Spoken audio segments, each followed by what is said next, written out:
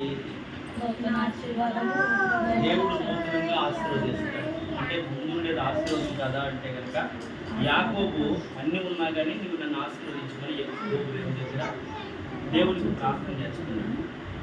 రెండవదిగా నూతనంగా క్షమాపణ దయచేస్తాడు. అంటే దినదినం మనము పడిపోతున్నప్పుడు పాపం చేసినప్పుడు క్షమించగలిగిన దేవుడు అడిగితే కనుక మరలా నూతనంగా క్షమిస్తాను అంటున్నాడు.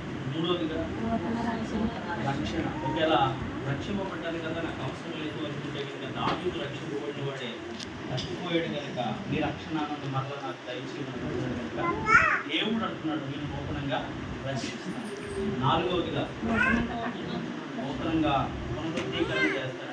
ఒకవేళ ఈ కుటుంబంలో చీలికలు వచ్చినాయా, లేదా అన్నదమ్ములు చీలికలు వచ్చినాయా, లేదా భార్య భర్త మధ్య అసమాధానం వచ్చిందా, అయితే దేవుడు ఏమంటే నూతనంగా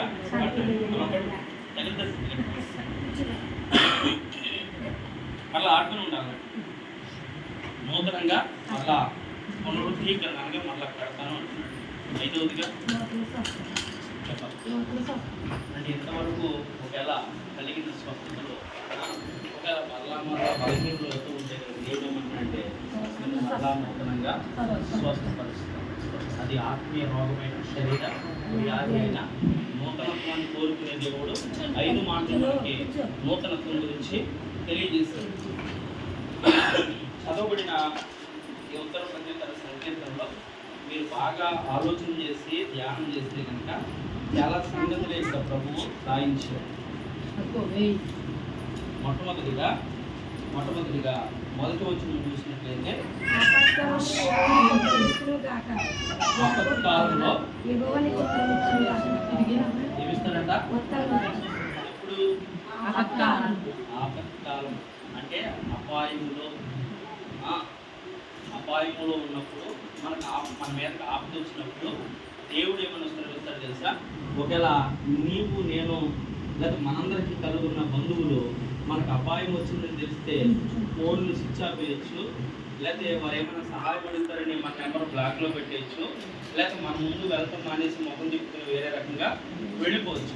కానీ ప్రభు అంట నీకు నాకు అపాయం వచ్చినప్పుడు ఆయన సహాయం ఉత్తరం ఇస్తాడంటే ఏమని జవాబు చెప్తారంటే నీకు ఎవ్వరూ లేదా ఉన్నాను.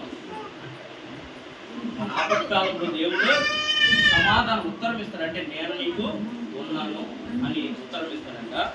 రెండవదిగా అక్కడ అంతర్లైన్ చేసుకొని చూసుకుంటాము. ఆయన నీకు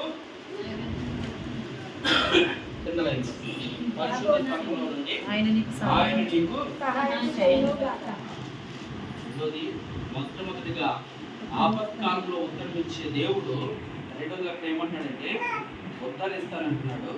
ఏమంటాడు? యాకోబు దేవుడు ఏం చేస్తాడంట? నన్ను ఉత్తరించుకోండి.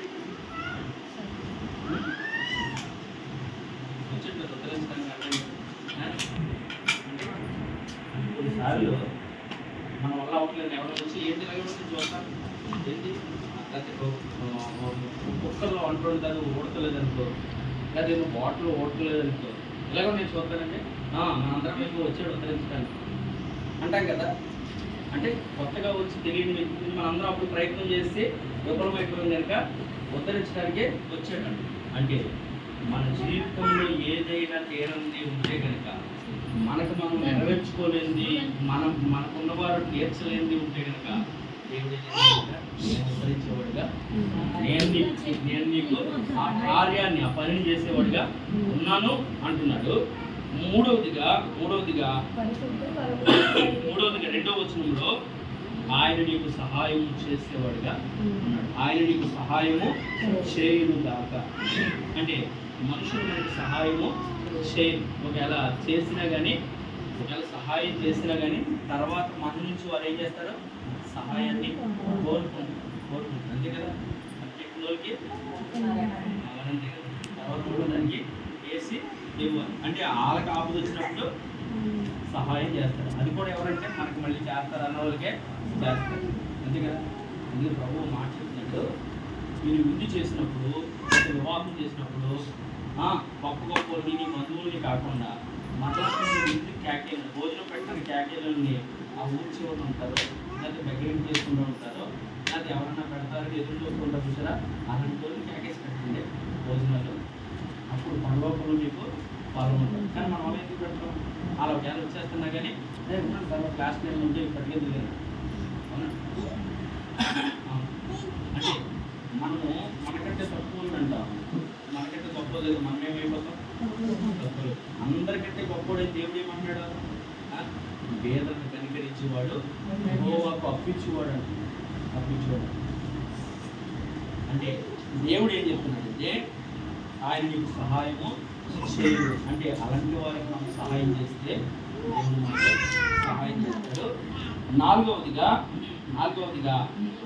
సియోనులో నుండి ఏం చేస్తారంట?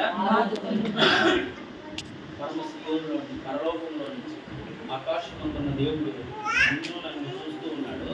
నీకు నాకు ఎక్కడైనా అపాయం కలిగి మనకి నిస్సహాయ స్థితిలో ఉండిపోతే కనుక ఆయన సహాయం చేసేవాడుగా ఉన్నాడు.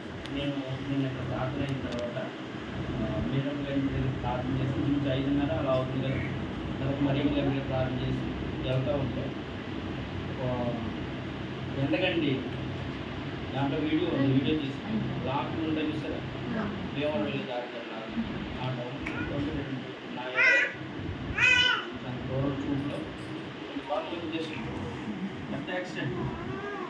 కార్లో డ్రైవింగ్ చేస్తున్నట్టు కార్లో కూర్చున్నా ఒక ఆయన కేసుకొని తప్పని పెట్టేది కూడా పేరు యాక్సిడెంట్ అయిపోయి ఆవిడ తెల్లగా ఉంది, రాజు